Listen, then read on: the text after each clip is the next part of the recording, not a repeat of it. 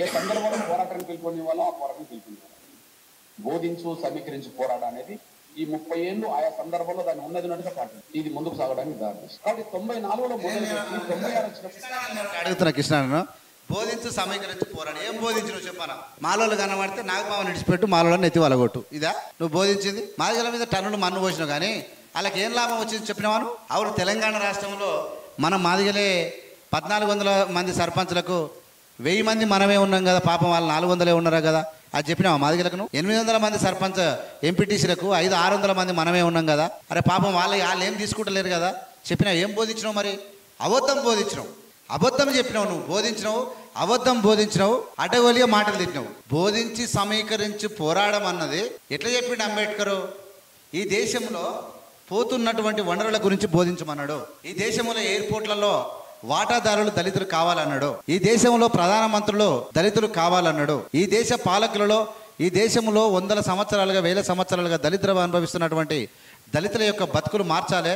వాళ్ళ గుడిసెలు, వాళ్ళ ఫుట్పాత్ బతుకులు, వాళ్ళ పాకి బతుకుల నుంచి వాళ్ళ పైకిదేమంటే పక్కువని మీద దుమ్ము పోసమని దుమ్ము వేయడానికి నువ్వు వాడొద్దు. బోధించి సమీకరించి పోరాడడం అన్నదాన్ని మాదిగలకు బోధించి మాలల మీద పోరాడడం అని నేర్పినావు నువ్వు.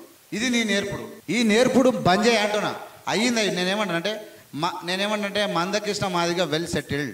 మీ పిల్లలను మొన్న వీడియోలలో చూస్తే ఎస్ ఫీలింగ్, అబ్బా ఒక మాదిగ పిల్లలు ఇంత అందంగా ఉన్నారేంటి, ఎంత అంటే డైరెక్ట్ ఇప్పుడు ఒక ఆకాశంలో ఊడిపడ్డగానే మందకృష్ణ కొడుకు ఇట్లా నైస్గా ఉన్నాడు. అంటే ఒక మంచి ఏసీ రూమ్లలో ఏసీ యొక్క లగ్జరీస్ జీవితం గడుపుతూ ఉన్నాడు ఒక మాదిగ.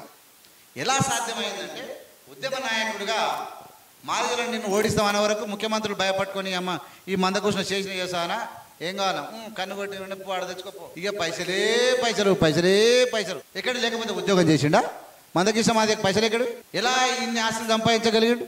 ఎస్, అందరూ సంపాదించుడు, మందకృష్ణ కూడా సంపాదించుడు, మేము సపోర్ట్ ఇస్తాం. అవును, ఈ దేశంలో ఆదాని అంబానీలు సంపాదించినప్పుడు నరేంద్ర మోడీ లాంటి వ్యక్తులు అడ్డగోలిగా ఈ దేశాన్ని దోచుకున్నప్పుడు మా మందకృష్ణ ఎందుకు ధనవంతుడు కావద్దని మేము సపోర్ట్ ఇస్తాం. కానీ మా మీద మన్ను వస్తే మేము ఉల్టా తిరుగుతాం. తీసుకో. కానీ నేనేమంటున్నానంటే ఇప్పుడు పోయింది ఏం లేదు. ఇప్పుడు ఇచ్చినటువంటి తీర్పుతో మాదిగలకు ఒరిగేది ఏందో నువ్వు చెప్పు. ఏమన్నా ఇంత దాని గురించి నువ్వు చెప్పు. బోధించు సమీకరించు మళ్ళీ పోరాటం చెయ్యి. అన్న రిజర్వేషన్లు చెప్పాను. ఏమనంటే ఏమున్నదని ఏమి లేదు.